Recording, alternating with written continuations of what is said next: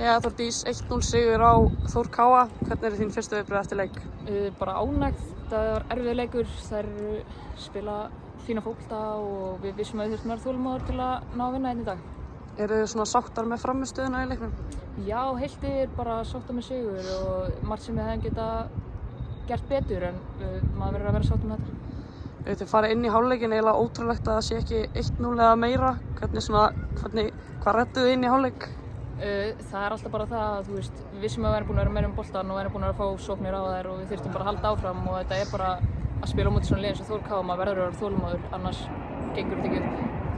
Var það kannski svona einstaklingsframtak eins og frá þér bara lítið upp og setja hann í skeytin? Hvernig leiðir að sjá hann bolta fara inn? Já, mér leið mjög vel sko, fékk hann uppi og vissi að vel þessu líka í hlaupinu en þegar ég sá hvað boltinn lá fyrir mér þá tók ég skoti. Þið tindast í næsta leik, hvernig farið inn í það? Það verður líka mjög erfitt verkefni sem að við þurfum einnig líka að vera þolinmóður og þetta er bara þannig í sumar, maður þarf að vera þolinmóður og spila vel og agað og þá koma sigrarnir.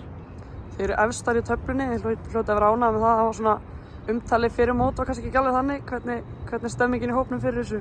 Hún er bara góð, við vitum alveg hvað við getum og það mega aðrir sérfræðingar og aðrir tala um eitthvað annað, við erum bara fókus á okkur sjálfar.